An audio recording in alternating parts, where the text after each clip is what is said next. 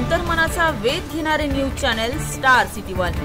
राज्यातील आणि देशातील राजकीय घडामोडी पाहण्यासाठी आणि इतरही बातम्या पाहण्यासाठी सबस्क्राइब करा स्टार सिटी वन।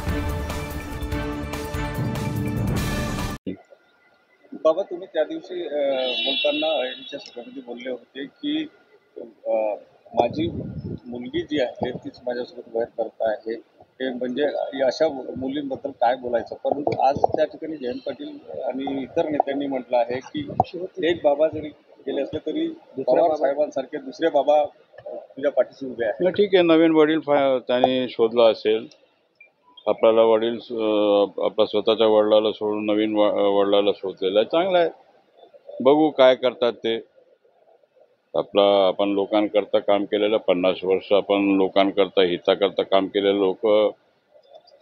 आता तुम्ही पाहिले, तुम्ही ऐरीला दोन्ही सभा, आपण इकडे आपण ऐरीला आला नसाल, परंतु पहिला सभा आपण पाहिला, आताच सभा पाहिलं। काय फरक आहे हे तुम्हाला माहिती। मी कशाला जास्त बोललं पाहिजे। बाबा, खरं तर भाजपवर आरोप होतो ते घर फोडण्यात येतं, पण आता परत आपलं घर फुटलेलं आहे या सगळ्या राजकारणामध्ये।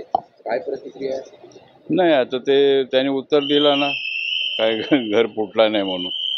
आता घर फुटला नाही तर आता बघू काय काय पुढे आहे, कोण घर फोडला काय नाही फोडला। मी तर सांगतच होतो साहेबांनी अशा प्रकारचं करू नये।